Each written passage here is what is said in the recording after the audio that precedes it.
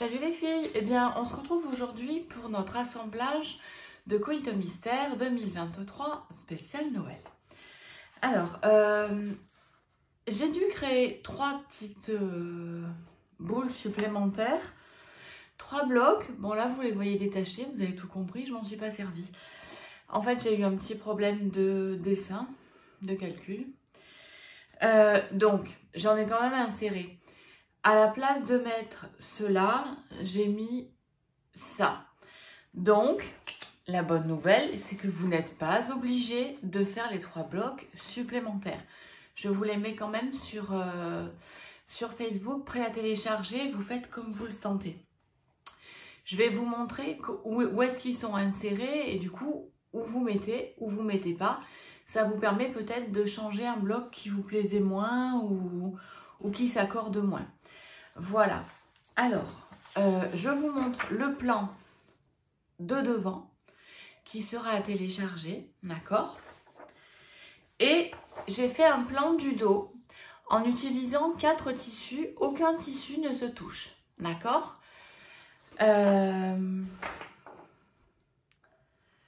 Et ça, en fait, j'ai repris le plan que je viens de vous montrer et j'ai fait avec mes tissus à moi. Mais ça, c'est à vous de voir. Alors, comme je vous l'ai expliqué, on a mis un molleton à l'intérieur, le top qu'on a fait et le tissu extérieur, d'accord? Donc, on a fait ça sur chaque bloc et ensuite, ça a donné ceci, d'accord? Donc, à l'arrière, vous allez voir, ça fait 3 blocs. Je vais vous montrer sur la vidéo. Donc, tout ceci est assemblé normalement, ces 6-là. Ensuite, on a inséré la ouatine et le tissu arrière, d'accord? On a fait pareil sur le bloc de la lessive, le top, la doublure et le molleton. Et on a fait pareil ces 6-là, d'accord? Au moment d'assembler, on a assemblé endroit contre endroit, tous ensemble, ce qui fait que mes coutures apparaissent derrière. Voilà, ok? Moi, j'ai décidé de faire 4 couleurs différentes. Donc, ensuite, c'est à vous de voir. Si vous n'avez pas envie de vous compliquer la tâche, vous pouvez aussi le faire avec une seule couleur. Voilà. Après, je vous ai fait un plan pour 4.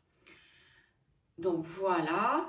En termes de métrage, pour les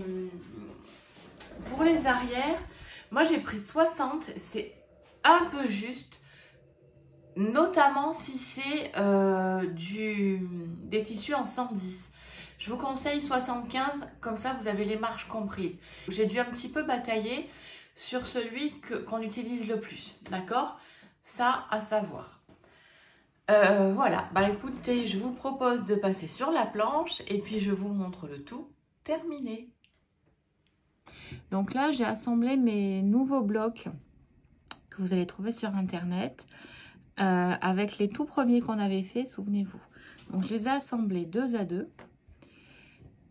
Et là, je vais vous montrer comment on les assemble, surtout pour que ça fasse de jolis angles.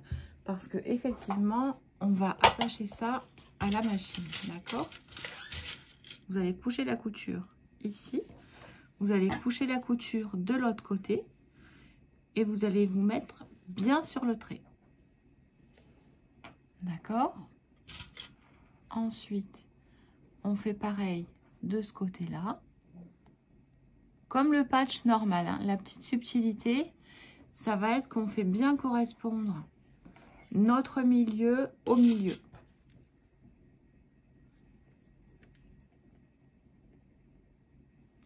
Hop, voilà.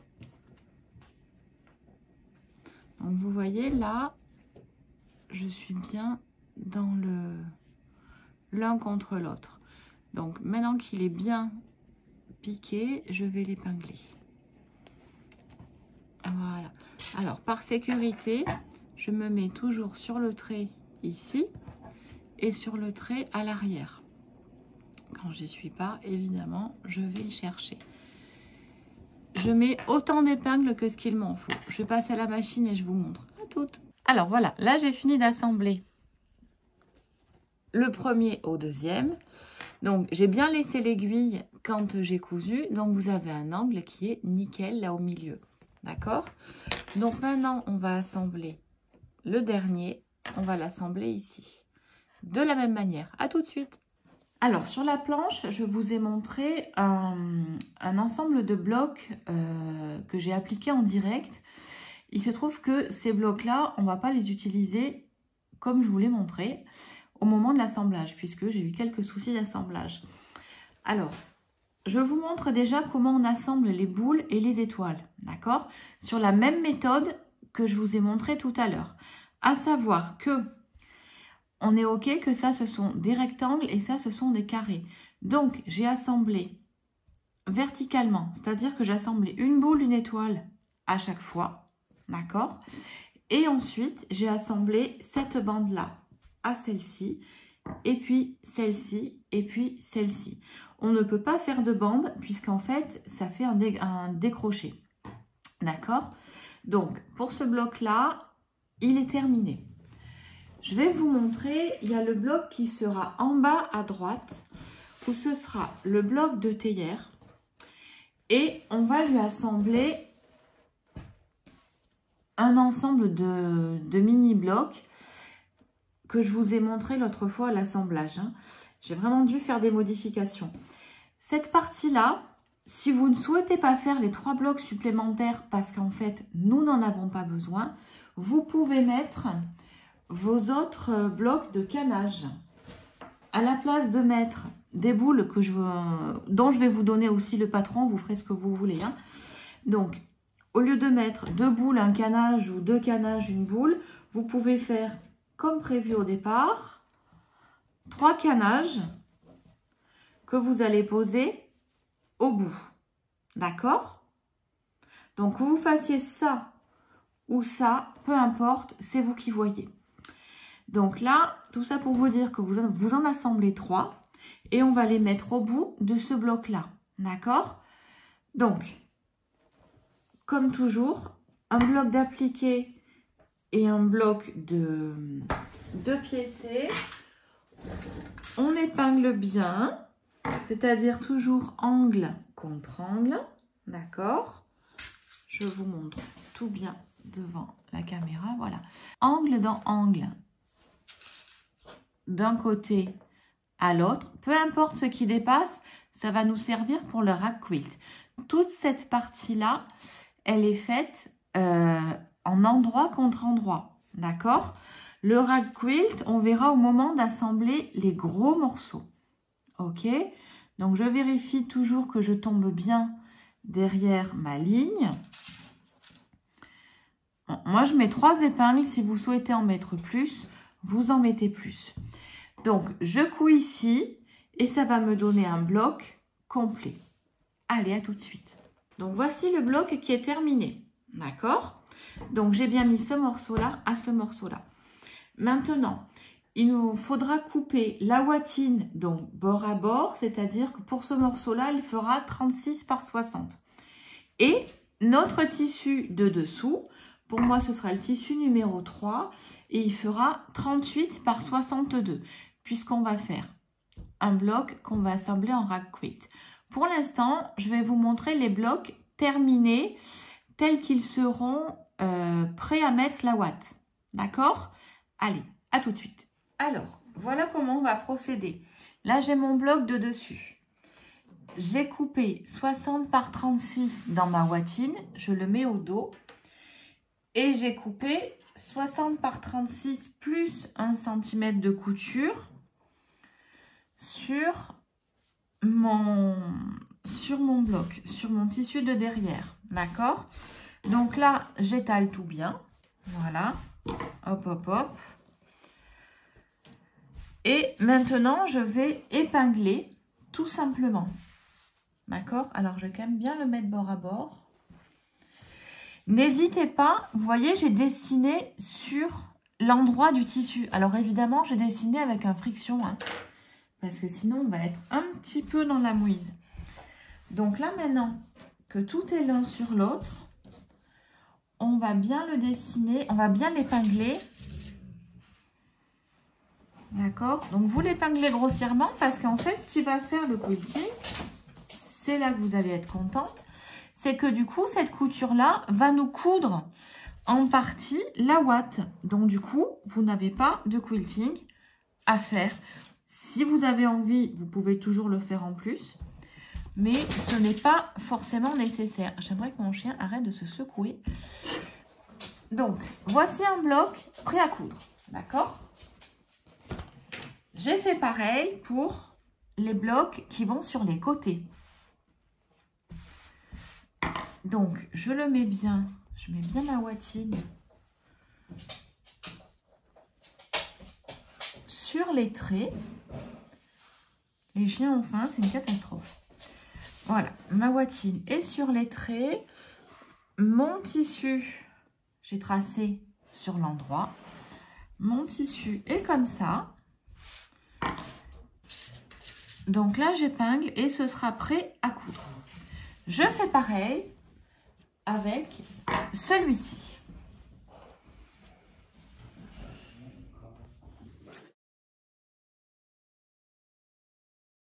Donc maintenant, je vais attraper ce bloc-là, d'accord, contre celui-ci. Et on est d'accord que je voulais mes petites frises sur l'arrière. Hop.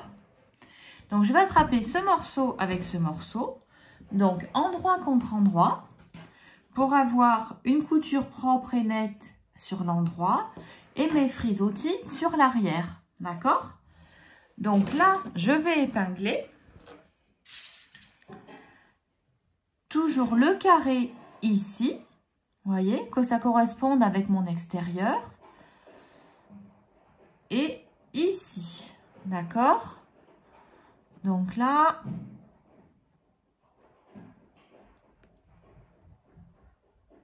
alors attendez, ça me plaît pas, voilà. Donc ça correspond avec l'intérieur qui est ici. Ça correspond avec ça. Et là, ça doit correspondre avec mon tissu de dessous. C'est surtout eux qui sont très très importants. Ensuite, je passe de l'autre côté.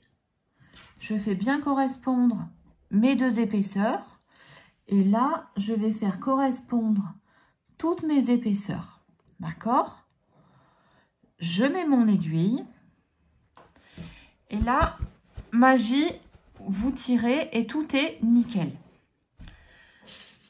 Tout se remet bien droit en fait avec le fait de tirer. Hein. Donc, hop, je vais prendre toutes mes épaisseurs. Je vérifie que j'ai toutes mes épaisseurs au passage. Voilà. Et enfin, je vais coudre. Vous pouvez en mettre plus. Hein. Je vais en mettre encore un. Voilà. Hop, je vérifie que j'ai bien tout. Hop, là je suis sur le trait. Là j'y suis à peu près. Et là j'y suis à peu près. Et maintenant j'y suis bien. Voilà. Allez, je couds ici et je vous montre. Donc là, je viens de terminer de coudre. Ok? Donc je déplie mon quilt. Ah ben voilà, là je m'aperçois qu'il faut que je fasse une reprise. Mon quilt est bien propre ici. Et ensuite, je vais le fermer à ce niveau-là. D'accord? Pour pas le laisser ballant. Ça marche? Et je vais faire pareil de ce côté-là. Et je vais fermer le bout et tout le haut. Puisque ça, ce sera la bande du haut.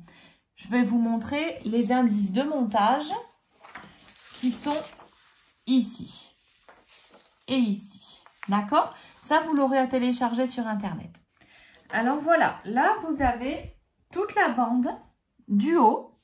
D'accord? Elle doit faire 108 de large plus les coutures. Voilà. Donc ça, c'est tout le haut de votre page qui est assemblé. Vous voyez, c'est assez rapide. Donc là, vous n'avez plus qu'à égaliser ensuite au ciseau. Donc, vous laissez bien au moins un demi-centimètre de marge. Hein. Il y a des endroits où on n'a pas le centimètre. Donc, prenez au plus large. D'accord? Là, vous voyez, là, je vais tout laisser et je vais laisser du doré. Voilà, si je mettais correctement. Là, vous voyez, j'ai ma marge normale et j'ai pas mis beaucoup. Donc, là, je vais laisser et là, je vais juste égaliser. C'est-à-dire que je vais garder un peu plus de doré que de coloré. D'accord? Donc, je vais aller jusque l'autre côté où ça tombe pile poil. Voilà. Vous voyez, je fais comme ça. Et ensuite, pour avoir cet effet rag quilt, eh ben, vous allez couper avec la pointe du ciseau jusqu'au bout. D'accord? Vous faites des petites incisions. Vous voyez, vous faites des petites incisions tout le long. Et une fois qu'on aura fini le quilt, on brossera tout ça. Et on va faire pareil sur l'arrière. Alors, sur l'arrière, évidemment, gros boulot. Donc là, vous égalisez, en fait, à mesure. Je vais vous montrer l'autre. Voilà.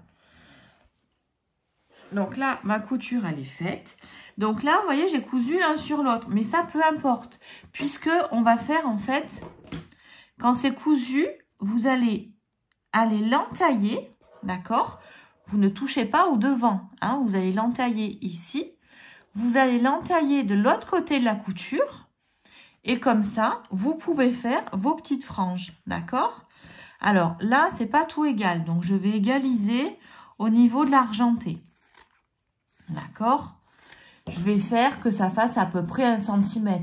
J'ai pas besoin de plus. Ok? Donc là, voilà. Et je vais entailler tout le long. Alors, vous avez soit le ciseau, soit le petit coupe-fil. C'est quand même très très bien aussi. C'est pas le même geste. Et c'est vrai que du coup, c'est peut-être moins fatigant pour la main. Parce que, alors, vous en avez moins que le premier rag quilt qu'on a fait ensemble. Hein. Mais quand même, moi je conseille de le faire à mesure. Comme ça, ça en fait moins à faire à la fois. D'accord ?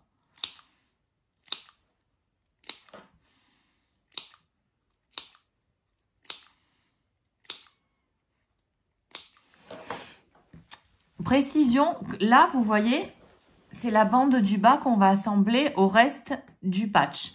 Donc là, vous n'incisez surtout pas. Hein. Là, vous allez inciser une fois qu'on aura fait les coutures comme ici. Hein. D'accord? Alors, ce que vous pouvez faire dès aujourd'hui. Donc, cette bande-là, on vient de la faire ensemble. Je vous conseille de mettre ce morceau avec ce morceau ensemble dans la semaine et celui-ci de l'accrocher à ces deux volets. Là, malheureusement, on sera obligé de faire un angle, d'accord? Et ensuite, vous pouvez assembler à ce morceau-là celui-ci, d'accord? Ce qui fait que dans 15 jours, quand on va faire, il sortira le 19, le prochain patch, ce qui fait qu'on aura juste à assembler ces deux morceaux et à le raccrocher à notre patch terminé. Et notre patch sera terminé avant le 25 décembre, comme promis. Voilà, alors nous avons tout terminé. Donc, je vous remontre le haut. Voilà. Donc, je ne l'ai pas accroché volontairement parce que vous allez voir les deux derniers, enfin le bloc qui nous manque, plus le bloc des boules qui est ici, vont être accrochés en dernier, d'accord? On va devoir faire un angle et en plus, j'ai peur que ça fasse trop lourd à mettre. Donc, j'aurais préféré finir ce morceau-là et ensuite lui réassembler la bande. En fait, ça fait qu'une couture de plus. Vous en avez pour 5 minutes. Donc, voilà le reste du patch. Donc, même système. Sur le devant, on a tout assemblé endroit contre endroit, d'accord? Chaque bloc, voilà, hop, hop, voilà. Et à l'arrière, on a donc les morceaux qui ne se touchent pas. Ok, voilà.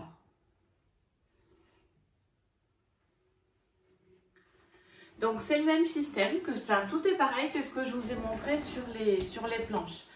Donc voilà, ça c'est notre travail de ces derniers 15 jours.